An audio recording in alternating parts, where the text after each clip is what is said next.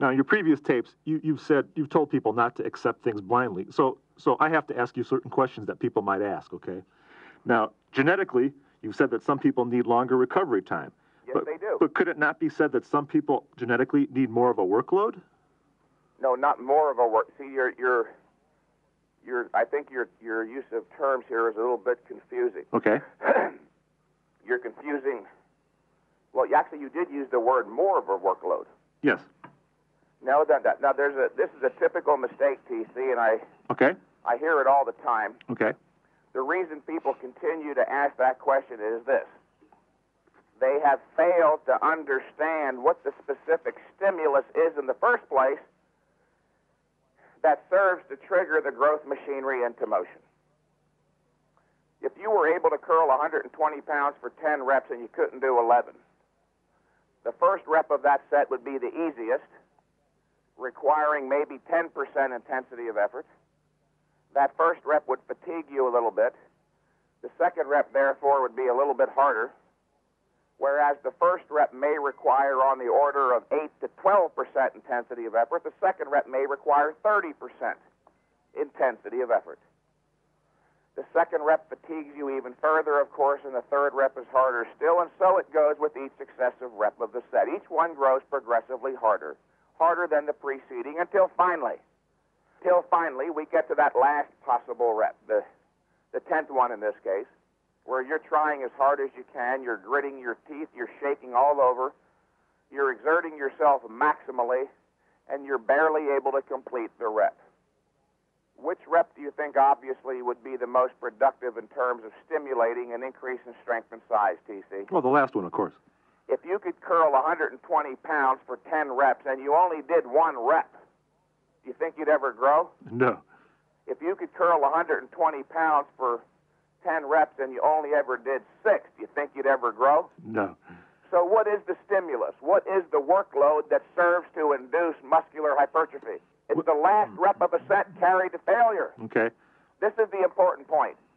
Sometimes I get phone consultation clients calling me back in 2 weeks saying, "Oh, gee, Mike," they're actually quite anxious. They think I'm going to get angry and reach through the phone and wring their neck.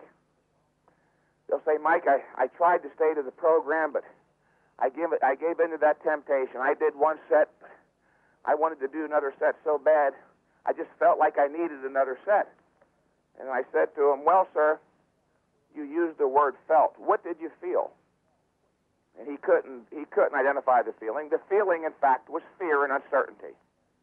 We didn't send men to the moon based on vague feelings. If you don't use your theoretical knowledge and apply it with 100% consistency, listener, you're never going to achieve bodybuilding success. Yes, I told him, of course you felt like you could do another set. In fact, if I stuck a shotgun up your butt, you'd be here in the gym for 3 days training nonstop. A bodybuilding workout is not an endurance contest. Then I pointed out, look, the specific stimulus that triggers the growth machinery into motion is that last rep of a set carried to failure. And beyond that, once you have achieved growth stimulation on that last rep, you don't have to do it again. This is the fallacy. This is the mistake. All right, let me bring in a quote from a third party here. Are you familiar with Charles Poliquin? He's an Olympic strength coach. What's his name? Charles Poliquin. He's a Canadian strength coach. He's coached. It rings the bell. Okay. Well, he had this to say regarding high-intensity training. He says he doubts that it works as a year-in, year-out training method. He says that strength gains are correlated with total motor unit activation, and he doesn't think one set to failure training will get you to recruit all the motor units available.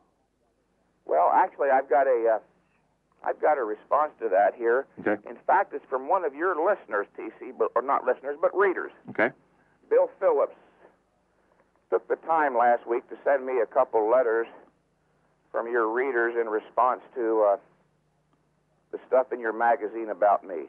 Can I read this to you quickly? Sure.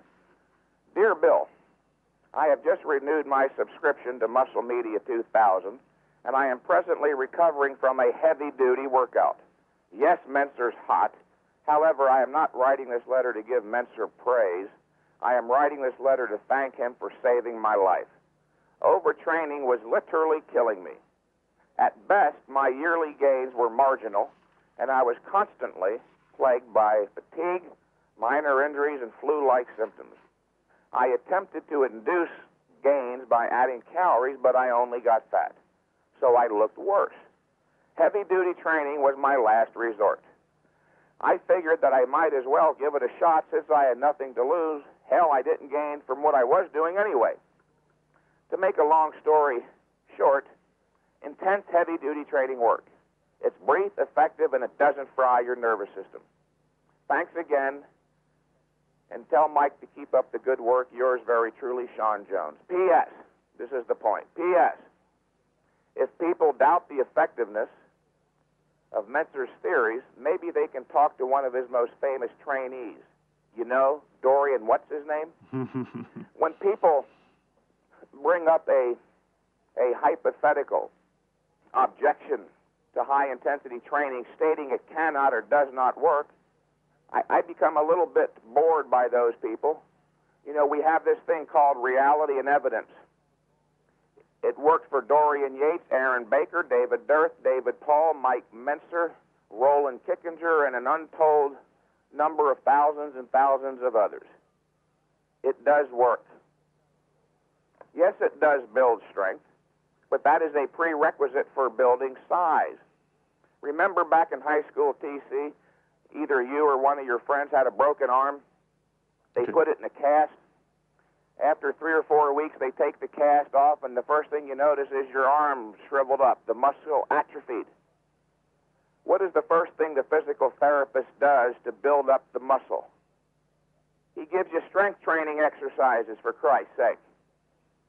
If you want to get bigger, you got to get stronger. Yes, heavy-duty training is essentially a strength training program, but you cannot get bigger without getting stronger. When a muscle atrophies, it gets weaker. When it hypertrophies, it gets stronger. There is a relationship between strength and size. Okay, great. Is that sufficient answer? Sure, okay. Let's get a little bit more simplistic here. What are your views regarding like free weights compared to machines? Do you have any preferences? Is it necessary to use free weights always? If you were to believe the manufacturers of free weights, TC, you would have the idea that mankind has benefited enormously in every aspect of his life due to scientific technology and mechanization, in every aspect of his existence except bodybuilding. Now here's the most important point perhaps. Again, TC and dear listener, as a bodybuilder, obviously your primary goal is not merely to handle heavy weights, once again, as I said before, but to achieve high-intensity muscular contractions. When you're doing an incline press with a free bar, for instance, TC, a certain significant portion of your focus and effort is diverted away from moving the resistance towards the problems of balance and coordination. And to the extent that your attention is diverted from the resistance towards the problems of balance and coordination, you make the exercise that much less effective in terms of achieving a high-intensity muscular contraction.